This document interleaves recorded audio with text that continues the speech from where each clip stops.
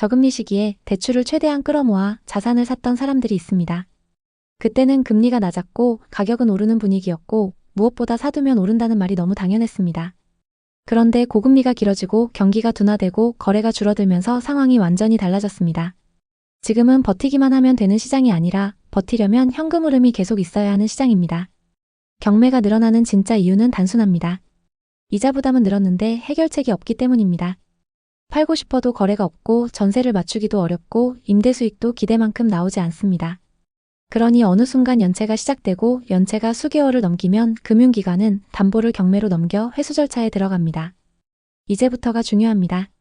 경매는 한번 늘기 시작하면 특정 개인의 문제가 아니라 지역과 업종 그리고 금융까지 연결되면서 규모가 커질 수 있습니다. 경매는 시장에서 가장 마지막 단계에 가깝습니다. 매도는 선택입니다. 급매도 선택입니다.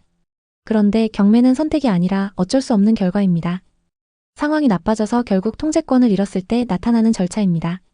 보통 원금이나 이자를 3개월 이상 못 갚으면 시작됩니다. 즉 임의경매가 늘었다는 것은 상환 여력이 없는 사람이 늘고 있다는 뜻이고 더 직접적으로 말하면 돈이 돌지 않는다는 뜻입니다. 올해 1월부터 11월까지 수도권에서 경매가 신청된 집합건물이 11,118건에 달했습니다. 그리고 더 상징적인 건 수도권 집합건물 임의경매가 2016년 이후 처음으로 10,000건을 넘겼다는 점입니다. 여기서 말하는 집합건물은 아파트, 오피스텔, 상가건물 같은 유형이 포함됩니다. 즉 누군가의 집만 문제가 된 게 아니라 수익형 부동산까지 동시에 흔들리고 있다는 의미입니다. 이 수치는 단순한 통계가 아닙니다. 시장에선 이런 장면으로 보입니다. 대출을 갚지 못해 경매로 넘어간 부동산이 늘고 경매 물건이 늘면 낙찰가가 흔들리죠. 또 낙찰가가 흔들리면 주변 시세가 낮아지고 시세가 낮아지면 매도도 쉽지 않죠. 결국 더 많은 사람들이 자산을 잃습니다. 이게 경매가 무서운 이유입니다. 최근 경매가 늘어나는 이유 중 가장 현실적인 원인 하나는 대출 구조입니다. 2020년 전후로 연 2%대의 혼합형 주택담보대출을 받은 사람들이 많았습니다. 당시에는 5년 정도 고정금리로 가다가 이후 변동금리로 전환되는 구조가 흔했습니다. 문제는 그 5년이 끝나는 시점에 시장 환경이 완전히 바뀌었다는 점입니다. 고정금리 구간에서는 월 이자가 크게 부담되지 않았습니다. 그런데 전환이 되면서 연 4, 5%대 금리를 감당해야 하는 상황이 됩니다. 말 그대로 이자 부담이 배가 되는 셈입니다. 사람들이 착각했던 포인트가 있습니다. 그때는 금리가 다시 변화할 거라고 생각했고 그 전환 시점이면 시세가 더 올라 있을 거라고 믿었습니다. 그래서 전환 전에 팔면 된다거나 조금만 버티면 된다는 판단을 한 거죠. 그런데 지금은 어떤가요? 거래는 줄고 대출은 어려워졌고 특히 수도권 외곽과 비선호 지역은 가격이 하락하고 있습니다. 손해를 보고 급매로 팔려고 해도 잘 안 팔립니다. 그러니 전환된 금리를 감당하지 못하면 연체가 시작되고 연체가 누적되면 경매로 이어집니다. 이 과정에서 가장 흔히 나오는 말이 있습니다. 조금만 버티면 오를 줄 알았는데 집값이 안 오르네요. 이자만 계속 오릅니다. 경매가 늘어나는 또 하나의 큰 축은 자영업입니다. 건물이든 상가든 부동산을 담보를 잡고 대출을 받은 자영업자들이 많습니다. 그런데 경기 둔화로 매출은 줄고 고금리는 유지되고 있습니다. 매출이 줄면 가장 먼저 타격을 받는 건 현금 흐름입니다. 현금이 들어오지 않으면 임대료, 인건비, 재료비부터 막히고 결국 대출 이자까지 버티기 어려워집니다. 한국은행 자료에서도 취약 자영업자 차주의 규모가 크게 잡힙니다. 이들은 이자 부담을 감당하기 어려운 상황에 몰릴 가능성이 크고 이 과정에서 건물이나 상가를 담보로 잡았던 대출이 경매로 이어지기도 합니다. 이게 무서운 이유는 이런 유형의 경매가 늘면 상권이 더 약해지는 악순환이 생기기 때문입니다. 상가나 건물이 경매로 넘어가면 새로운 임차인을 구하기 어려워지고 공실이 길어지고 주변 임대료가 내려가고 기존 자영업자들의 매출도 줄어듭니다. 결국 더 많은 상가들이 버티기 어려워집니다. 즉 주택 경매는 개인 가게의 문제처럼 보이지만 상권에서 나오는 경매는 지역 경제를 흔들어 놓습니다. 그리고 이 흐름들이 동시에 늘어나는 시기에는 시장의 회복이 더뎌질 수 있습니다. 원래 대출로 산 자산은 최악의 경우 팔아서 정리하면 됩니다. 그런데 지금은 팔고 싶어도 잘 안 팔립니다. 대출이자는 매달 빠져나가는데 매도는 몇 달이고 몇 번이고 미뤄집니다. 그 사이 금리는 더 부담이 됩니다. 물론 서울 핵심지는 상대적으로 버티지만 수도권 외곽이나 비선호 지역은 거래 위축이 훨씬 더 크게 체감됩니다. 최근 유명인의 법인 명의 건물이 임의경매 절차에 들어갔다는 사례가 큰 이슈가 됐습니다. 사업이 흔들리면 건물 한 채는 생각보다 쉽게 무너진다는 것, 그리고 대출 구조는 누구에게나 동일하게 적용된다는 것을 보여줍니다. 대출이자, 사업 현금 흐름, 거래 위축, 이 세 가지가 동시에 겹치면 소득이 크든 작든 유명인이든 아니든 버티는 힘은 급격히 떨어질 수 있습니다. 경매가 늘 때 가장 먼저 흔들리는 곳은 현금 흐름이 약한 곳입니다. 그리고 그곳은 대개 다음 특징을 가집니다. 첫째, 거래가 느린 지역. 둘째, 가격 회복이 막힌 지역. 셋째, 임대 수요가 약한 상품. 넷째, 대출 비중이 높은 보유자. 그래서 수도권에서도 파주, 평택처럼 거래가 더딘 곳, 그리고 강원도나 제주도 같이 수요가 급격히 줄어드는 지역에서 임의 경매가 계속 나올 수 있다는 전망이 나오는 것입니다. 불과 몇 년 전까지만 해도 내 돈 2억에 대출 5억을 더해 7억짜리 집을 살 수 있었습니다. 집값이 오르면 수익률은 폭발합니다. 7억짜리 집이 9억이 되면 2억 투자로 2억을 번 셈입니다. 수익률 100%입니다. 투자의 귀재인 워런 버핏도 평균 수익률이 20%였는데 수익률 100%라니 대단하죠. 이게 실제로 몇 년 동안 한국 부동산에서 일어난 일입니다. 심지어 어떤 곳은 분양가 3억짜리 아파트가 10억까지 간 곳도 있습니다. 수익률 300%가 넘는 거죠. 하지만 이 방식은 양날의 검입니다. 집값이 오를 때는 수익을 극대화하지만 떨어질 때는 손실도 극대화합니다. 7억짜리 집이 5억이 되면 내 돈 2억은 사실상 사라진 거나 마찬가지입니다. 대출 5억 원은 그대로 남아있으니 자산은 마이너스가 됩니다. 팔아도 빚을 다 갚지 못하는 상태가 되어 경매로 넘어갑니다. 월급 350만 원을 받는 평범한 직장인을 가정해 보겠습니다. 이 사람이 2021년에 서울 외곽에 7억짜리 아파트를 샀습니다. 자기 자본 2억 원, 주택담보대출 4억 5천만 원, 신용대출 5천만 원, 전형적인 영끌 구조입니다. 주담대 4억 5천만 원을 30년 만기로 빌렸다고 가정해 보겠습니다. 2025년 기준 변동금리 연 4.5%가 적용되면 매달 원리금 상환액은 약 229만 원입니다. 여기에 신용대출 5천만 원 이자가 매달 약 30만 원 더해집니다. 대출 이자만 월 260만 원입니다. 월급에서 90만 원이 남습니다. 관리비 월 20만 원, 세금 월환산 10만 원을 더하면 고정 지출은 월 290만 원에 달합니다. 월급 350만 원으로는 제대로 된 밥을 사 먹기도 어렵습니다. 이건 극단적인 사례가 아닙니다. 2025년 기준 주택담보대출 보유 가구의 평균 DSR은 40%를 넘어섰습니다.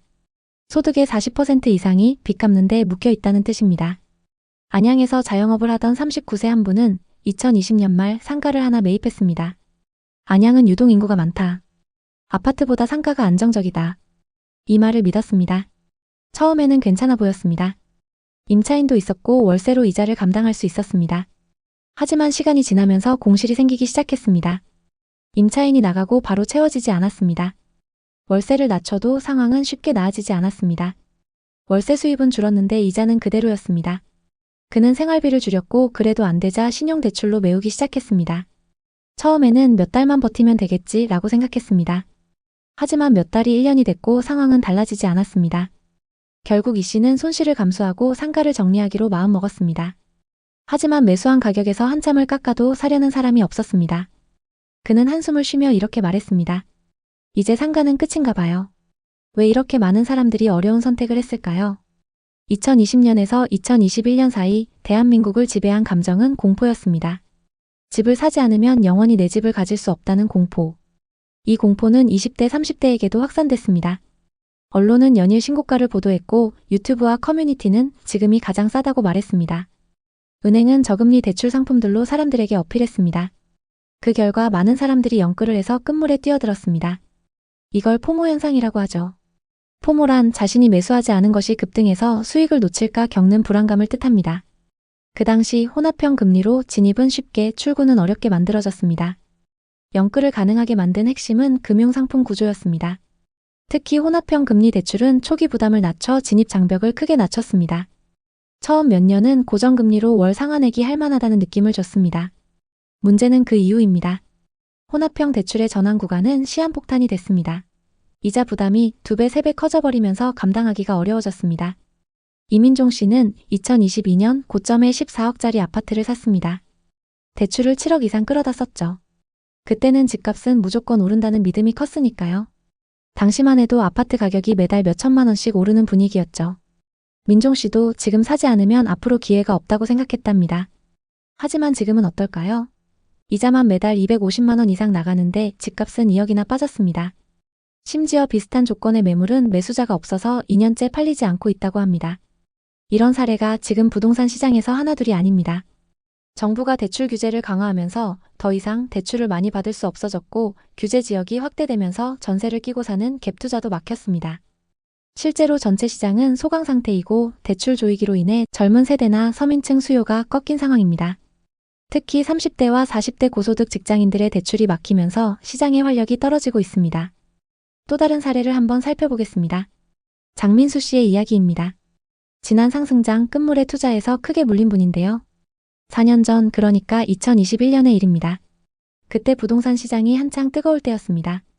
민수 씨도 뒤처질 수 없다는 생각에 덜컥 투자에 뛰어들었습니다. 매물은 홍대 근처의 꼬마 빌딩이었어요. 18억짜리 꼬마 빌딩 대출 13억을 끼고 샀습니다. 현금 5억 가지고 18억짜리 꼬마 빌딩을 사는 게 가능했죠. 월세 수익이 나쁘지 않을 거라는 계산이었고 빌딩 값도 오를 거라는 장밋빛 꿈을 꿨습니다. 처음에는 임차인들이 꽉 차 있어서 괜찮았습니다. 매달 월세가 들어오고 이자도 겨우 맞추면서 버텼죠. 그런데 코로나가 터지면서 임차인들이 하나둘 빠져나가기 시작했습니다. 공실률이 30%까지 치솟았고 월세 수익은 기대 이하로 떨어졌습니다.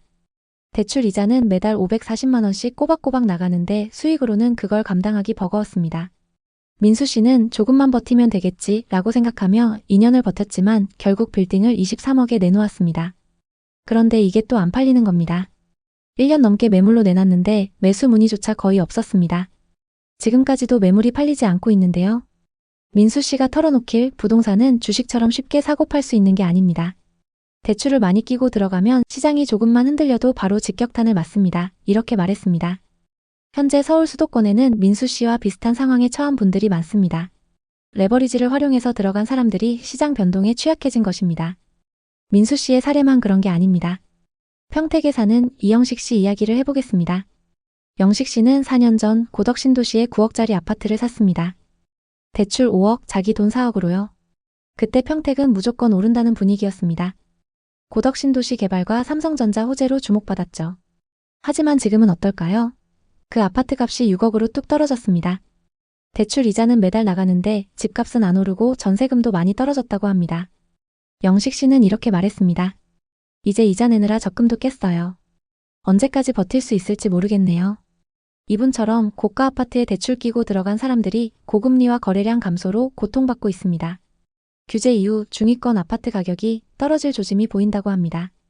실제로 작년 대비 서울 수도권의 아파트 거래가 급격히 줄어들었고 일부 단지는 매물이 쌓여도 매수자가 없는 상황입니다. 김소정 씨는 안양에 20억짜리 상가 건물을 샀습니다. 대출 15억을 끌어다 썼는데 공실률이 30%가 넘어가면서 월세가 이자를 못 따라가고 있습니다. 김소정 씨는 이렇게 말했습니다. 임차인 구하기가 하늘의 별 따기네요. 건물주만 되면 끝일 줄 알았는데 삶이 더 힘들어졌어요. 이런 사례들을 보면 공통점이 있습니다. 다들 부동산은 무조건 오른다는 믿음으로 대출을 많이 끌어다 썼고 시장이 변하면서 그 부담을 감당하지 못하고 있는 것입니다. 특히 상업용 부동산은 공실률 때문에 더 치명적입니다. 아파트는 그래도 주거용이라 임차인을 구할 가능성이 있지만 상업용은 임차인 구하기가 정말 어렵습니다. 앞으로는 이런 실패 스토리가 더 늘어날 수밖에 없습니다. 특히 입지가 조금 떨어지는 상업용 부동산의 경우 공실률이 60%를 넘는 곳도 많아서 투자자들의 부담이 커지고 있습니다. 지금 왜 이렇게 줄줄이 무너지고 있는 걸까요? 여러 이유가 얽혀 있지만 가장 큰 건 대출 규제와 고금리 기조입니다. 정부가 6억 이상 대출을 제한하면서 고가 아파트나 빌딩을 사려는 수요가 확 줄었습니다. 예전에는 20억짜리 집 사면서 15억 대출 받는 게 가능했지만 지금은 그게 안 되니까요. 게다가 금리가 낮아지지 않아서 이자 부담이 큰 상황입니다. 예를 들어 15억 대출 받아서 연 3% 금리면 연간 이자가 4,500만 원입니다. 하지만 금리가 5%로 오르면 1년에 이자만 7,500만 원으로 뛰는 겁니다. 이걸 매달 나눠서 낸다고 해도 감당하기 쉽지 않습니다. 시장에 매물이 많아야 거래가 활성화되는데 지금은 다들 집값 더 오를 거야 라는 기대감에 집을 안 내놓고 있습니다. 하지만 정작 매수자는 없습니다. 왜냐하면 대출이 막혔고 금리 부담 때문에 선뜻 나서는 사람이 없으니까요. 그래서 거래가 멈춘 상태에서 집주인들만 이자 부담에 허덕이고 있는 것입니다. 특히 상업용 부동산은 공실률이 치명적입니다.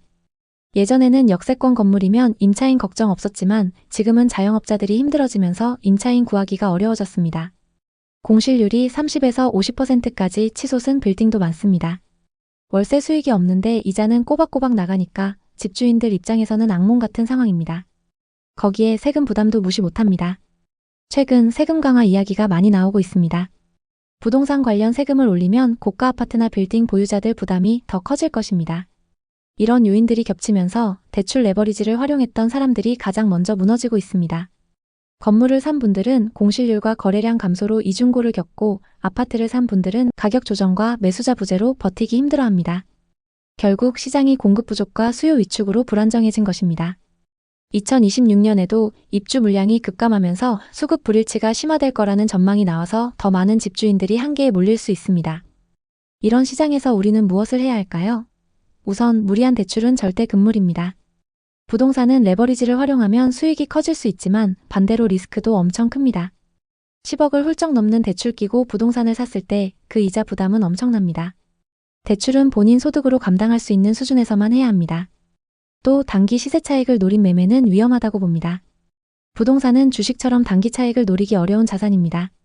사고 팔 때 거래 비용, 세금 다 고려하면 단타로 큰돈 벌기 어렵습니다. 특히 지금처럼 거래가 멈춘 시장에서는 더더욱 그렇습니다. 장기적인 관점으로 접근해야 합니다. 시장 흐름을 읽어야 한다는 것도 중요합니다. 부동산 시장은 정부 정책, 금리, 경제 상황에 따라 급변합니다. 예를 들어 지금은 금리가 오르고 대출 규제가 강해진 상황이니까 무리한 투자는 피해야 합니다. 반대로 시장이 안정화되고 저렴한 매물이 늘어나면 그때 기회를 노려보는 게 좋습니다. 그리고 현금 흐름을 확보하는 게 핵심입니다.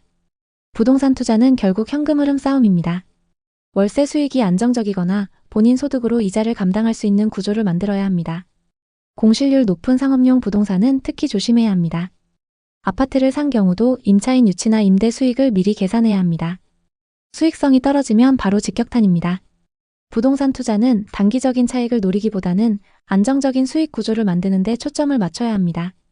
예를 들어 임대 수요가 꾸준한 지역이나 소형 주거용 부동산에 투자한다면 공실 리스크를 줄일 수 있습니다. 전세대출 규제로 전월세 시장도 불안정합니다. 또 상업용은 공실 문제로 장기 불황이 올 수도 있습니다. 부동산 시장은 겉으로는 화려해 보이지만 속으로는 정말 많은 집주인들이 힘들어하고 있습니다. 큰 실패를 겪은 분들의 이야기를 들으며 부동산 투자만큼 신중해야 하는 것도 없다는 걸 다시 한번 느꼈습니다. 만약 여러분도 투자 계획이 있다면 무리한 대출은 피하고 시장 흐름을 꼼꼼히 체크하시길 바랍니다. 오늘의 이야기에 공감하셨다면 구독과 좋아요를 눌러주세요. 오늘도 시청해주셔서 감사합니다.